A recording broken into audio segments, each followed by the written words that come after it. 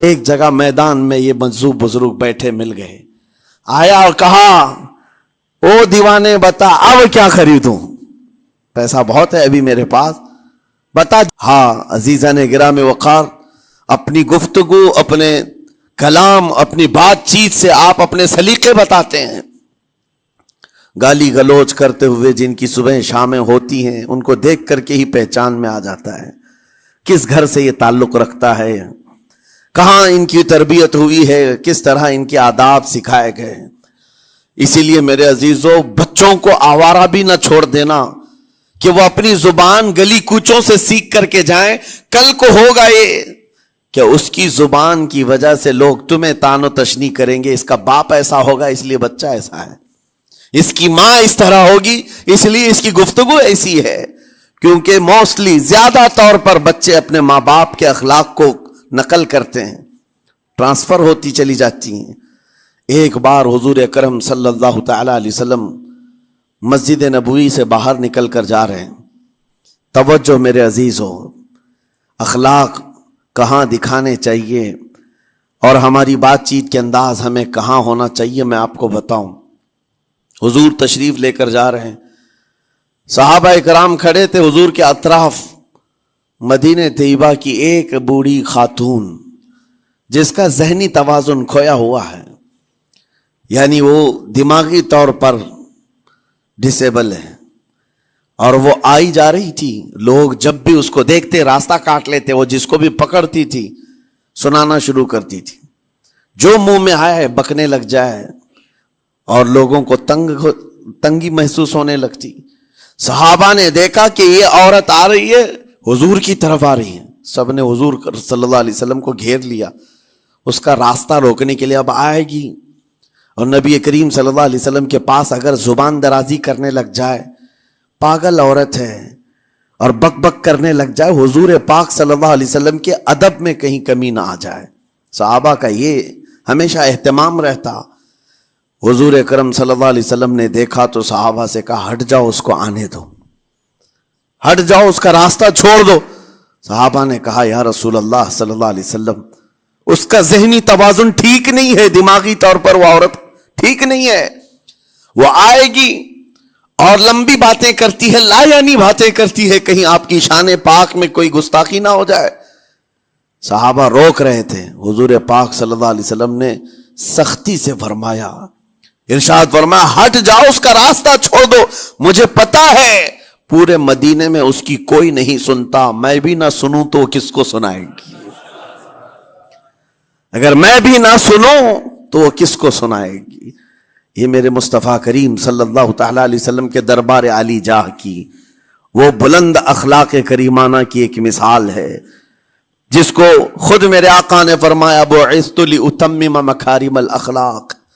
عزیزان اکرام وقار، لوگوں کے آج حالات ایسے ہیں کہ اچھے لوگوں کے ساتھ اخلاق الگ دکھائے جاتے ہیں، چھوٹے لوگوں کے ساتھ اخلاق الگ دکھائے جاتے ہیں۔ سٹیٹس کا آدمی ہو تو اس کے ساتھ ملنے کے طریقے الگ ہیں، اور غریب کوئی آ جائے، فقیر کوئی آ جائے تو اس سے ملنے کا انداز الگ ہو جائے۔ یہ نہ ہو، یہ ہم سب کے لیے نصیحت ہے۔ اسی ممبئی کی سرزمین پر میں آپ کو بتاؤں، ایک ماہم شریف میں بزرگ حاجی صاحب ہوا کرتے تھے، آج سے تقریباً 10-12 سال پہلے کی۔ وہ کئی لوگوں سے ایک سوال کرتے تھے پکڑ پکڑ کر کے کہ میرا ایک سوال ہے، آپ جواب دیں گے، میرا ایک سوال ہے۔ کئی علماء سے انہوں نے پوچھا، مجھ سے بھی انہوں نے، جب میں نیا تھا مصر سے پڑھ کر کے آیا تھا، میرے پاس آ کر کہا کافی سالوں سے میرے ذہن میں ایک سوال ہوتا ہے، میں آپ سے بھی پوچھنا چاہتا ہوں۔ کہا بتائیے کیا ہے؟ کہا میں حضور سرکار مجاہد ملت رحمت اللہ علیہ کا مرید ہوں، علامہ حبیب الرحمن مجاہد ملت رئیس اعظم اڑیسہ، جن کے خدمات جلیلہ آج ہو سکتا ہے نئی جنریشن کو نہ معلوم ہو، ان کا لقب ہے مجاہد ملت، جنہوں نے سنیت کی بقا کے لیے اپنا تن من دھن سب قربان کیا تھا۔ وہ مجاہد ملت عظیم بزرگ ولی کامل ہے۔ یہ حاجی صاحب کہتے ہیں کہ میں ایک نارمل آدمی تھا، کڑیا تھا، یعنی گھر بنانے کا کام کرتا تھا۔ جب وہ ممبئی تشریف لاتے تو دوڑ کر کے ہر جگہ سے لوگ ملنے آتے، میں بھی گیا تھا اور اس وقت میں جوان تھا. حضور مجاہد ملت رحمت اللہ علیہ کی بات وہ بتا رہے ہیں کہ لوگ لائن لگا کر کے مصافحہ کر رہے تھے, مل رہے تھے. جب مل رہے تھے تو پھر میرا نمبر آیا, میں ملنے کے لیے گیا. بزرگوں کے سب ہاتھ چومتے ہیں, یہ ہمارے سنیوں کے طریق ہیں. ادب, علماء ذوی الاحترام کے ہاتھوں کا بوسہ لینا یہ مستحسن ہے, یہ ہمارے آداب میں سے, معمولات اہل سنت میں سے. تو جب سب لوگ ان کے دست بوسی کر رہے تھے, ہاتھ چوم رہے تھے, میں بھی قریب گیا اور جب میرا نمبر آیا میں ہاتھ چومنے کے لیے گیا تو انہوں نے میرا ہاتھ لے کر خود ہی چوم لیا. وہ بزرگ عالی جاہ ولی کامل جن کو دنیا مجاہد ملت کہتی ہے, میرا ہاتھ انہوں نے چوم لیا اور میرے اندر ایسی پشیمانی تھی کہ میں کیا کروں سمجھ میں نہیں آیا. میں ایک معمولی سا کڑیا اور کہاں ان کا مقام کہاں میرا. تو اس کے بعد وہ اس بے چینی میں رہتے تھے کہ ایسا کیوں کیا, ایسا کیوں کیا, کیونکہ پوچھنے کا موقع ہی نہیں ملا. ایک بزرگ تھے, انہی کے خلیفہ تھے حضور مجاہد ملت کے, انہوں نے اس کا جواب دیا. میرے عزیزو کیا بہترین جواب تھا. حضرت مجاہد ملت رحمت اللہ تعالی علیہ یہ چاہتے تھے کہ ہزاروں لوگ ہماری تعظیم کرتے ہیں تو کہیں ہمارے دماغ میں بادشاہت کا خیال نہ آئے, ہم غریب اور فقیر کا ہاتھ چوم کر اپنے نفس کی مخالفت بھی کرتے ہیں. اخلاق کریمانہ دکھانے کے لیے اسٹیٹس والوں کے ساتھ ہی نہیں, غربا فقراء کے ساتھ بھی وہ اخلاق ہوں. نبی کریم صلی اللہ تعالی علیہ وسلم کے وہ آداب آج اگر آپ اپنا لیں, بہت ساری کڑوی چیزیں ویسی ختم ہو جائیں. آج ممبئی کی سرزمین پر سب سے بڑا یہ چیلنج ہے بات کرنے میں. نوجوانوں کے تو آج پارے چڑھے ہوئے ہوتے ہیں, ان سے کوئی بھی بات کر لے, جس تیور میں یہ بات کرتے ہیں ایسا لگتا ہے کہ ابھی لڑائی ہو جائے گی, ابھی جھگڑا ہو جائے گا.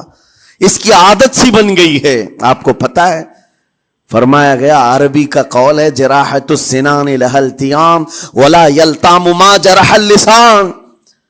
تلوار سے, چاقو سے دیا ہوا زخم سوکھ سکتا ہے, زبان سے دیا ہوا زخم کبھی نہیں سوکھتا. زبان سے دیا ہوا زخم نہیں سوکھتا. بولنے سے پہلے 1000 بار اس بات کو خیال ہونا چاہیے کہ میں جس کو بول رہا ہوں کہیں اس کا دل چھلنی تو نہیں ہو جائے. میری زبان یہ ہوتی 50 گرام کی چھوٹی زبان ہے, لیکن بڑے بڑے لوگوں کے کلیجے چیر کر رکھتی ہے, بڑے بڑے لوگوں کے دلوں میں سوراخ کر کے رکھتی ہے, زخمی کر کے رکھتی ہے. اس کا استعمال اسی لیے روایت میں ملتا ہے کہ جب انسان صبح کرتا ہے تو سارے اعضاء, ہاتھ پیر آنکھ کان ناک, سارے اعضاء سب سے پہلے زبان سے یہ عرض کرتے ہیں, اس کی پناہ مانگتے ہیں, کہتے ہیں آج تو صحیح سلامت رہے گی تو ہم سب صحیح سلامت رہیں گے, اور اگر تو پھسل گئی تو عذاب ہم پر بھی ہوگا. زبان بولتی ہے, مار کسی اور کو پڑتی ہے, کوئی زبان کو مارتا نہیں ہے. گالی زبان دیتی ہے لیکن مار کبھی پیٹھ پہ پڑتی ہے, سر پہ پڑتی ہے, ہر جگہ پڑتی ہے. تو یہ زبان نبی کریم صلی اللہ تعالی علیہ وسلم نے ارشاد فرمایا, من یضمن لی ما بین لحیتیہ وما بین, حضور پاک صلی اللہ تعالی علیہ وسلم فرماتے ہیں جس نے 2 چیزوں کی ضمانت مجھے دے دی, حفاظت کی, میں اسے اضمن لہ الجنہ, میں اس کو جنت میں لے جانے کی ضمانت دیتا ہوں. 2 چیزیں کیا ہیں؟ حضور فرماتے ہیں ایک 2 جبڑوں کے بیچ میں جو موجود زبان ہے اس کی حفاظت کر لے, اور 2 رانوں کے بیچ میں جو شرمگاہ اس کی حفاظت کر لے. یہ 2 چیزیں جس نے بچا لیا میں اس کو جنت میں لے جانے کی ذمہ داری دیتا ہوں, ضمانت دیتا ہوں. اس کا کتنا بڑا کردار ہے, یہ زبان کا کتنا بڑا کردار ہے. اور حضور نے ایک بار پکڑ کر کے فرمایا تھا, زبان کو پکڑ کر کے کہا تھا یہ وہ زبان ہے جو انسان کو جنت میں بھی لے جاتی ہے اور دوزخ میں بھی لے جاتی. کلمہ کس سے پڑھتے ہیں آپ؟ لا الہ الا اللہ, زبان ہی سے تو پڑھتے ہیں, اسی کلمے نے آپ کو جنت تک پہنچایا.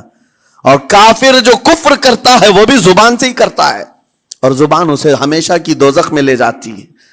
اس زبان کو چلانے سے پہلے 1000 بار سوچ لیں کہ آج لہجوں کی سختیاں بڑھتی چلی گئیں. اور آپ کو پتا ہے قرآن پاک میں رب تعالیٰ نے یہ فرمایا, وَلَا تَقُلْ لَهُمَا اُفٍّ وَلَا تَنْهَرْهُمَا, والدین کے بارے میں بچوں کو کیا کہا گیا؟ ان کو اف تک نہ کہو.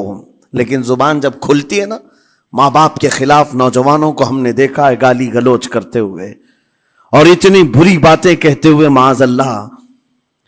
عزیزان گرامی وقار، حضور نے تو یہ فرمایا جس نے پلٹ کر کے اپنے ماں اور باپ کو سخت لہجے میں بات کیا یا ان کی نافرمانی کی، حضور فرماتے ہیں میرا دل چاہتا ہے کہ اس کے گھر کو آگ لگا دوں، آگ لگا دوں.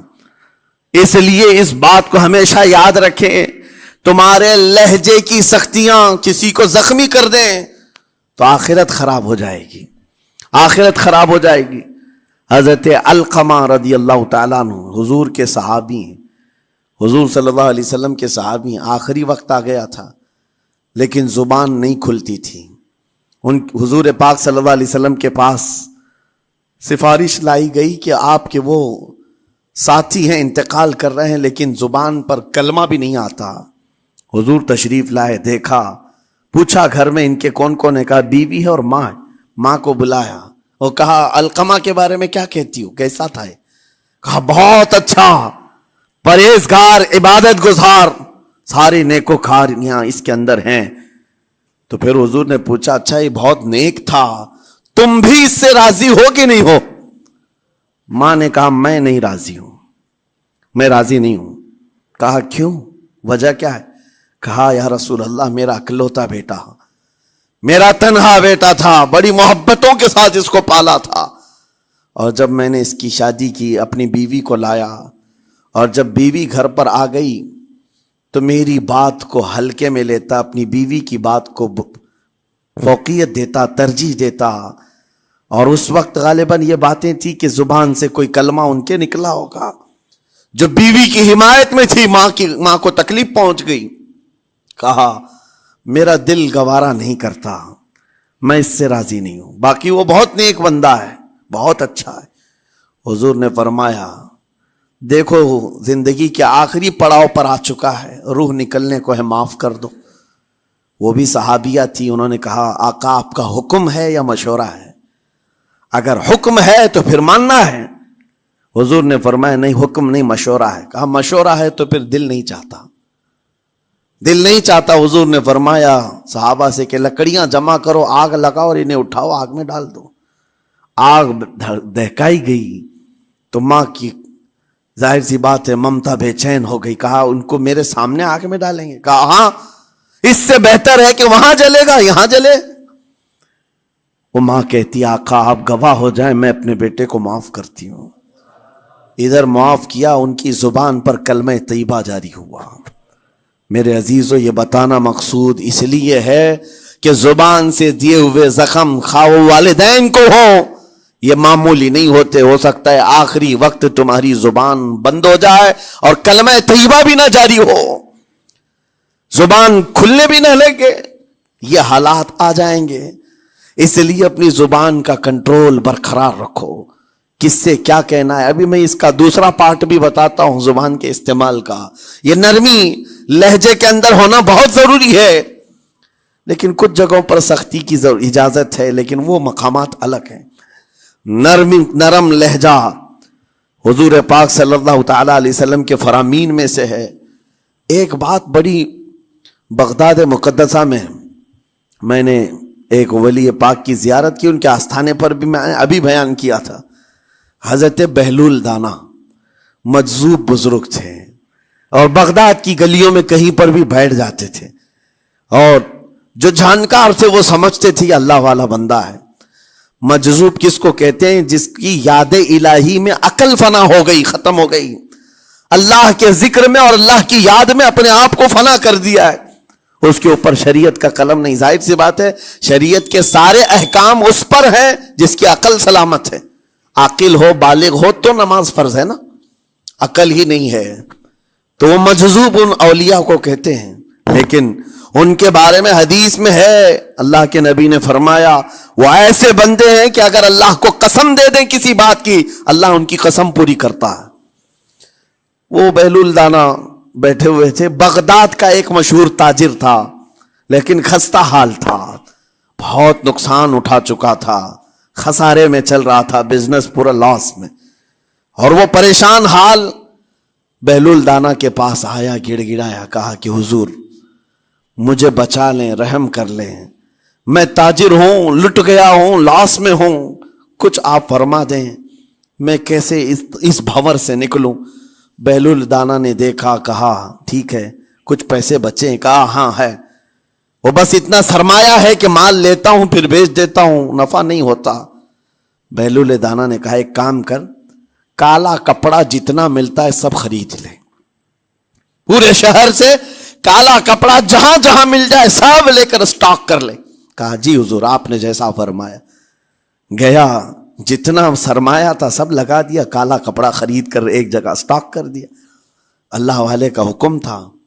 لیکن ہوا یہ کہ بغداد کا معمول تھا, 8 دن گزرے نہیں تھے کہ وہاں وقت کے حاکم کا انتقال ہوا. اور جب حاکم کا انتقال ہوتا تو شہر کے جتنے بڑے لوگ ہوتے, رئیس لوگ, وہ اس کے سوگ میں, اس کے غم میں کالا کپڑا پہنتے تھے. اور کالا کپڑا سوائے اس تاجر کے کسی کے پاس نہیں تھا. اور سارے بڑے لوگ پیسوں سے اس کے پاس کالا کپڑا خریدنے آئے. یہ منہ بولے قیمت پر, جیسے تیسے جتنی قیمت پر بولے سب خرید کر لے جاتے.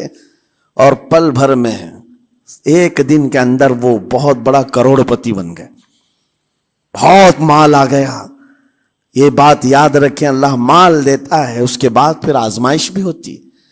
مال اتنا آ گیا, اب لے کر کے مستیاں تھیں, چند دن گزرے. ظاہر سی بات ہے مال کو بڑھانے کی تمنا ہر ایک کی ہوتی ہے, کوئی یہاں پر اینڈ کرنے والا نہیں ہے دنیا میں, چاہے اس کا بزنس اربوں پر بھی پہنچ جائے, اسے آگے پہنچنا ہے. چند دن گزرے تھے, 8-10 دن, پھر آیا حضرت بہلول دانا کو ڈھونڈتے ہوئے. ایک جگہ میدان میں یہ مجذوب بزرگ بیٹھے مل گئے. آیا اور کہا او دیوانے بتا اب کیا خریدوں, پیسہ بہت ہے ابھی میرے پاس, بتا دیوانے اب کیا خریدوں.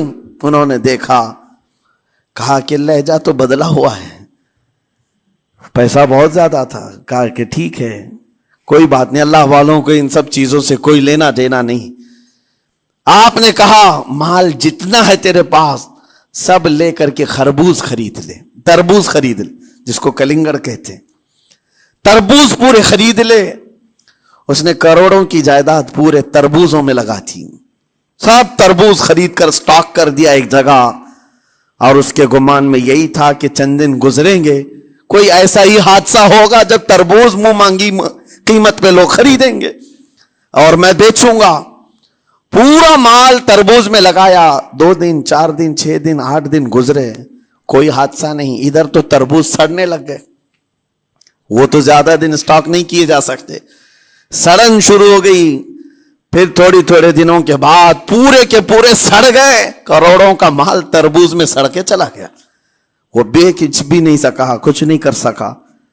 واپس چیختا چلاتا اسی حالت میں آیا, پہلے سے بھی زیادہ بدتر حالت میں میں آ گیا ہوں. دوڑتے ہوئے آیا, حضرت بہلول دانا کو ڈھونڈتے ہوئے. کہاں ہیں وہ؟ اسی جگہ بیٹھے ہوئے مٹی میں بیٹھے رہتے تھے. قریب آیا اور کہنے لگا کہ آپ نے میرے ساتھ ایسا کیوں کیا بہلول؟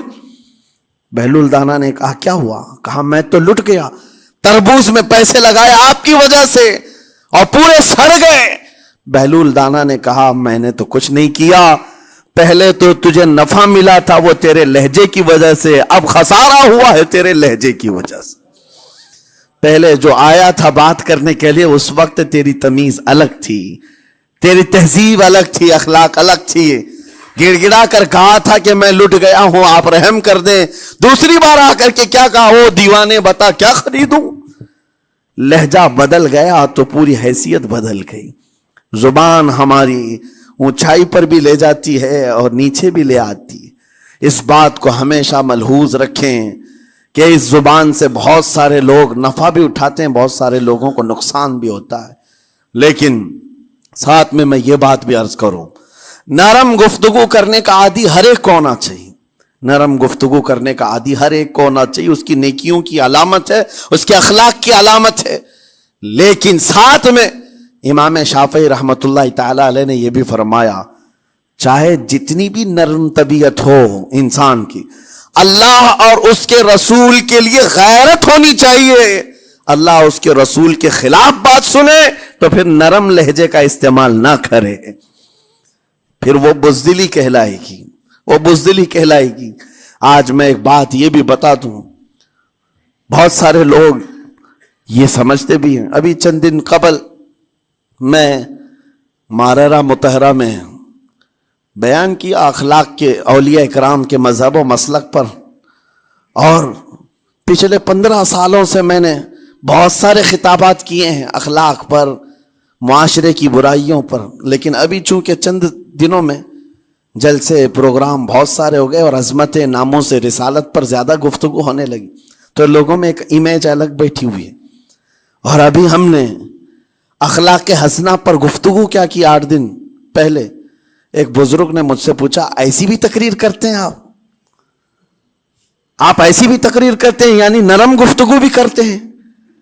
مطلب یہ ہے کہ ہماری امیج ایسی بنا کر رکھیں کہ ہم ہر وقت چلاتے ہی رہتے ہیں، ہر وقت للکارتے ہی رہتے ہیں۔ میرے عزیزوں، میں یہاں پیغام دینا چاہتا ہوں، ہم قرآن کے اس آیت پر عمل کرنا چاہتے ہیں جو مولا نے فرمایا اشداء علی الکفار رحماء بینہم۔ مومنین کی شان ہے، صحابہ کی شان ہے، وہ کافروں پر سخت ہوا کرتے ہیں اور مومنوں کے لیے نرم دل ہوا کرتے ہیں۔ زبان کی نرمی ایمان والوں کے لیے ہے، زبان کی نرمی محبت مصطفیٰ کے لیے ہے، عاشقان مصطفیٰ کے لیے ہے، ساتھ میں زبان کی سختی کفار و مشرکین کے لیے ہے، گستاخان رسول کے لیے ہے۔ اور اگر یہ چیز نہیں آئی تو پھر آپ سمجھ لیں نیک اس وقت نہیں کہلائے گا آدمی۔ بعض لوگوں کو ایسا لگتا ہے نرم بات کرنا چاہیے، نرم گفتگو، بالکل صحیح ہے، یہ اخلاق ہے، لیکن اگر ایسے مقامات پر جہاں تمہارے نبی کو کوئی گالی دے رہا ہو، رب کی شان میں کوئی بھونک رہا ہو، اس وقت تم کہو کہ اخلاق ہے، نرم بات کرنا چاہیے، یہ بے غیرتی ہے، یہ بے غیرتی ہے۔ تمہاری بیوی کو اگر تمہارے سامنے کوئی چھو دے اور اس کے بعد تم ہنس کر کے اس سے کہو ٹھیک ہے جائیے صاحب، آپ کو کہا جائے گا بے غیرت آدمی، بے غیرت آدمی ہے۔ انسان کو اپنی بیوی، اپنی بیٹی، اپنی ماں پر بھی غیرت ہوتی ہے، وہ سنتا نہیں ہے، یہ پیدائشی ہے، فطرت ہے انسان کی۔ اور مومن کی شان یہ ہے سب سے بڑی غیرت اس کے لیے اللہ اور اس کے رسول کے لیے ہوا کرتی ہے۔ اللہ اور اس کے رسول کے لیے ماں اور باپ کو گالیاں ایک وقت میں برداشت کر بھی لے جائے، لیکن اللہ اور اس کے رسول کی شان میں وہ ہرگز برداشت نہ کرے، یہ ایمان کی علامتوں میں سے ہے۔ بہرحال میں نے زبان کے دونوں استعمال آپ کو بتائے، سخت لہجے بھی ہیں، نرم لہجے بھی ہیں، لیکن جب آپ کا پالا کسی گستاخ سے نہ پڑے تو ہمیشہ نرم گفتگو کرنے کے عادی بنے۔ مومنین میں نرم لہجے کا اختیار ہمیشہ رہے، اس سے اخلاق آپ کے بتائے دکھائے جاتے ہیں، اس سے آپ کے اخلاق معلوم ہوتے ہیں، ساتھ ہی معاشرے میں نرمی اور محبت کا ماحول بھی قائم ہوتا ہے۔ ڈانٹنے کے طریقے بھی میں آپ کو بتاؤں، میرے والد گرامی فرمایا کرتے تھے، حضور حافظ ملت رحمت اللہ علیہ جو الجامعۃ الاشرفیہ مبارک پور کے بانی ہیں اور بڑے محدث جنہوں نے ایک نہیں ہزاروں عالم پیدا کیے، اس ہندوستان کی بات کر رہا ہوں، حافظ ملت رحمت اللہ علیہ پوری بخاری شریف پڑھاتے تھے، تقریباً 40 سال تک انہوں نے پڑھایا بخاری شریف۔ میرے والد ان کے شاگرد ہیں، فرماتے ہیں جب وہ بہت زیادہ ناراض ہو جاتے کسی سے، ڈانٹنا ہوتا، ہر استاد بچے کو ڈانٹتا ہے، کبھی کچھ بچہ نافرمانی کر جائے یا مزاج کے خلاف بات کرے تو استاد ڈانٹتا ہے، تو حافظ ملت رحمت اللہ علیہ اگر کسی شاگرد کو ڈانٹتے بھی غصے میں تو کہتے ہیں اے جنتی کیا کر رہا ہے، کہتے ہیں اگر یہ جملہ قبول بھی ہو جائے تو بچہ جنتی ہو جائے۔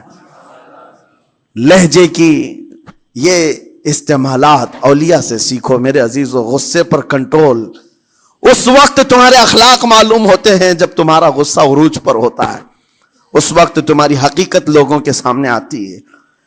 وہ اپنے شاگردوں کو ڈانٹتے بھی تو جنتی کہہ کر ڈانٹتے ہیں، یعنی کوئی گالی نہیں ہے، کوئی برے کلمے نہیں ہیں، بلکہ ایسا جملہ ہے کہ اگر قبول بھی ہو گیا استاد کی زبان سے اس کی تو زندگی وصول ہوگی، اس کا بیڑا پار ہو گیا۔ ہمارے درمیان ماں باپ کو بھی یہ چاہیے کہ بچوں کو کس طرح کے اخلاق آپ دے رہے ہیں، گفتگو کرنے کے متعلق قرآن میں اللہ تعالیٰ نے آداب بتائے ہیں. جب آپ گھروں کے اندر موجود ہوں تو بچوں کے سامنے کس طرح کی گفتگو کیا کریں گے, کیسی بات کریں گے. شوہر اور بیوی جس طرح کی باتیں کر رہے ہیں بچے کے دماغ میں وہ پورا کا پورا چھپتا ہے, ٹرانسفر ہوتا ہے. اسی لیے کہا گیا ایڈلٹ گفتگو کبھی بھی بچوں کے درمیان نہیں کی جائے گی. جو میچورٹی میں نہیں ہے ان بچوں کے سامنے ماں اور باپ بیٹھ کر کے کلام بھی نہ کریں, بات نہ کریں. معاشرہ تو آج ایسا ہے, سب پوری فیملی لے کر کے بیٹھے ہوئے ہیں, اور حد تو یہ ہے کہ گندی فلمیں سامنے لگی ہوئی رہتی ہیں. وہ کیسے بچا پاؤ گے؟ 4 سال 5 سال کے بچے کے اندر بھی وہ گفتگو, وہ مکالمات, ایک دوسرے سے بات کرنے کی تمیزیں, وہ سب وہاں سے سیکھتا آ رہا ہے. گھروں کے اندر ماحول کو تبدیل کرنے کے لیے آپ کی اپنی زبان پر کنٹرول اور اپنے بچوں کی تربیت اور ان کی زبان پر کنٹرول بہت ضروری ہے. پھر دیکھنا آپ یہ معاشرہ پیدا کر کے کل کو آپ کا بچہ نکلے گا, اس کی تمیز, اس کے اخلاق پر ہر کوئی اش اش کرے گا. چند دنوں کی محنت ہے آپ کی, لیکن بچے جب سلیقے کے ساتھ گفتگو کریں تو لوگوں کا دل جیت لیا کرتے ہیں. بات کرنے کے آداب ایسے ہیں کہ لوگ دل جیت لیا کرتے ہیں. یہ میرے استاد گرامی مصر کے رہنے والے تھے. جب خطابت ہمیں سکھا رہے تھے گفتگو کرنے کے آداب, تقریر کرنے کے آداب, تو ایک امام غزالی کا قول تھا کلم الناس علی قدر عقولہم, لوگوں سے ان کی عقل کے مطابق بات کرو. اس پر وہ سمجھاتے ہوئے ہمیں ٹریننگ دیتے تھے اور کہتے تھے کہ تمہارے پاس آنے والے کئی طرح کے لوگ ہوں گے. اگر تم امام ہو, اگر داعی ہو, خطیب ہو, مقرر ہو, کوئی غریب گھر سے, کوئی بڑے امیر گھر سے, کوئی پڑھا لکھا آئے گا, کوئی جاہل ہوگا, کوئی بدتمیز بھی ہوگا, کوئی نیکوکار, کوئی گنہگار, سب طرح کے مکس مجموعہ تمہارے پاس ہوگا. ان سے خطاب کرنا, ان سے بات کرنا, کس انداز سے بات کرو گے, کیسے ان سے کلام کرو گے. میرے عزیزو, یہ ہمارا اپنا ہنر نہیں ہے. ہم جو آپ کے سامنے گفتگو کر رہے ہیں یہ ہمارا فن نہیں ہے, یہ اپنا پیدا کیا وہ ہنر نہیں ہے. ہمیں سکھایا گیا تھا صرف اور صرف آپ کو اس مجمع سے اور یہ آئے ہوئے جمع غفیر سے بات کرنے کے لیے ایک ہی اسلوب اپنانا ہے. دیکھنا ہے کہ رسول اللہ کیسے بات کیا کرتے تھے. میرے آقا صلی اللہ تعالی علیہ وسلم کا اسلوب اپناؤ. حضور کے خطبے دیکھو, حضور جب خطاب کرتے, ظاہر سی بات ہے مسجد نبوی میں اس وقت بھی لوگ, ہر طرح کے لوگ آتے, دیہات کے بھی تھے, شہر کے بھی تھے, اعلیٰ دماغ والے لوگ, اور کئی الگ الگ قسم کے لوگ آتے. حضور کا خطاب سب کے لیے تھا. عزیزان گرامی, ان سنتوں پر عمل کر کے آج آپ اپنے لہجے کو بہتر بنا سکتے ہیں. بس میری گفتگو کا خلاصہ یہی ہے کہ اللہ تعالیٰ ہمیں زبان کا صحیح استعمال عطا فرمائے.